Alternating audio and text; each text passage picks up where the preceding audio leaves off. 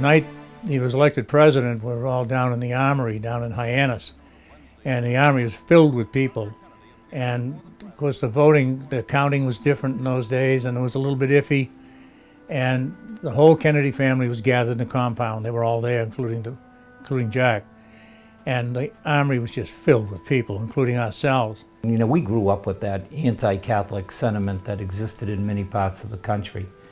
So we had a real love, affection for President Kennedy and his candidacy, and the whole city was just euphoric when he won. I mean, I can still see and hear the people cheering in the streets when the news came that President Kennedy was elected President of the United States. It was like a major barrier in America had been eliminated. It had been torn down.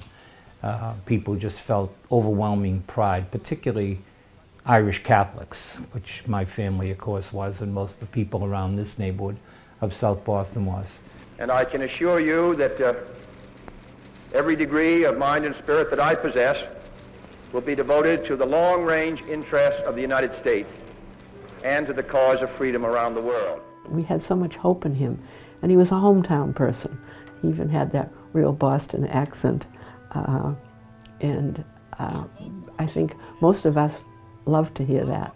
And I think we're kind of proud when the rest of the country made fun. It was something very special, and it made him much more ours. In those days, you know, when you went around as a police officer, particularly in the neighborhood that I served in, when you went into someone's home for one reason or another, there was always a picture up on the mantle. You had the Pope, Kennedy, and Jesus. So he was in that category, you know, with the Pope and Jesus. You know, I jumped to November 22nd, 1963. I was in the Army at the time, stationed in Maryland. And when we heard the news, it was devastating. The whole base was shut down. Security was extraordinary. A number of us, this was right outside of Washington, D.C. A number of us were taken to Washington, D.C. When Jack was killed, I happened to be in the Herald Traveler newsroom, 1:30 in the afternoon. And we have a room in the newsroom, it was called a teletype room. It's just filled with 15, 20 teletypes.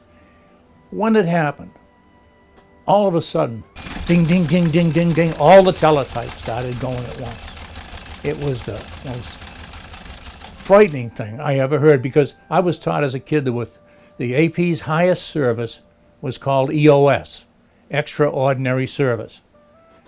They had one when World War I ended. They had another one when World War II ended. They had another one when Franklin Roosevelt died. There had been no others in the history of AP. And now, ding, ding, ding, ding, and EOS was pounding out. The president had been shot. You can't believe the goosebumps were that big on my arms. What I remember when President Kennedy was assassinated, I was a math teacher at St. Thomas Aquinas in Jamaica Plain. One of the students said to me, someone tried to kill the president. And I said to him, oh, come on, Richard, and go take your seat. So I started to teach SAT preparation, and then I heard the TV in the next classroom. And so there was a swinging door between our classrooms, and I opened that door, and when I opened the door, I saw students just mesmerized, a few with tears running down their face, and I knew then something terrible had happened. And the sister in charge, Sister Grazian, of that room, she turned around to me, and she definitely was in tears, and she said, the president's been shot and it's serious. They didn't know, at the time, they didn't know what was going on, other than the president was rushed to the hospital and he was pronounced dead, and there was a lot of confusion, and there was a lot of speculation that the Russians do it with some kind of a conspiracy. All of a sudden, people were pouring into the newsroom, city room, from the street. Ordinary people were hearing it on car radios. They're coming in, they're crying, they're yelling at us, what's happening. And I remember feeling that terrible first numbness, like this can't be happening. This is our country, we don't do these kind of things. So we had to call the police over at Station 4. And cops came in, and we had a big rope, and we strung a rope across the newsroom and kept the crowd behind the rope so the staff could operate as the story broke and the story developed.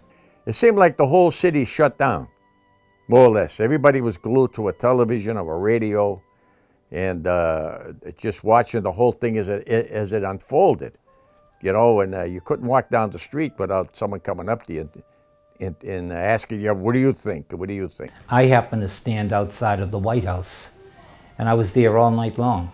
This was on the Friday, and people were forming and people were coming because they knew the president's body would be taken to the White House. And I don't know, about 4 o'clock in the morning, it seemed like the president's body was carried to the White House. And I can still see the casket being brought in. I still remember it as if it were yesterday. And then, of course, the funeral. And just that, I think I picture that famous picture of John with the saluting, and Carolyn trying to look under the flag to see her dad, and just those little children. I can still hear the sound in my ears of the body being carried in the horse-drawn caisson from the Capitol, going down to Constitution Avenue. I was right there, military uniform, and thousands of people. But the sound of the drums, boom, boom, boom, boom.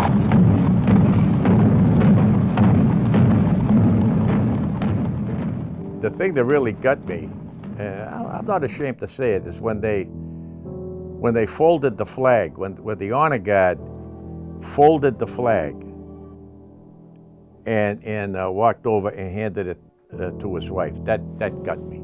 I really did. I almost, tears came. It felt like somebody hurt my country. Bam, just like a gut shot to me, anyway. Because he was so young. We were young. You know, John W. McCormick was Speaker of the House. Jack Kennedy was president. It was a time for young people, and young people don't die. You know, he kind of belonged to us. He belonged to the country, but in a special way, belonged to people from Massachusetts, Bostonians particularly. We knew that we had seen him in person at one time or another. But it was just an extraordinary period of time for people who saw this dramatic change taking place in the United States, the first Irish Catholic president elected. And it seemed like all the challenges and the discrimination and the barriers were torn down, and then all of a sudden it all ended. Well, I was thinking too, you know, that asked not what your country can do for you, but what you can do for your country. Did he have any idea what he was going to have to do for his country? Of course he didn't, but you know, made the ultimate sacrifice.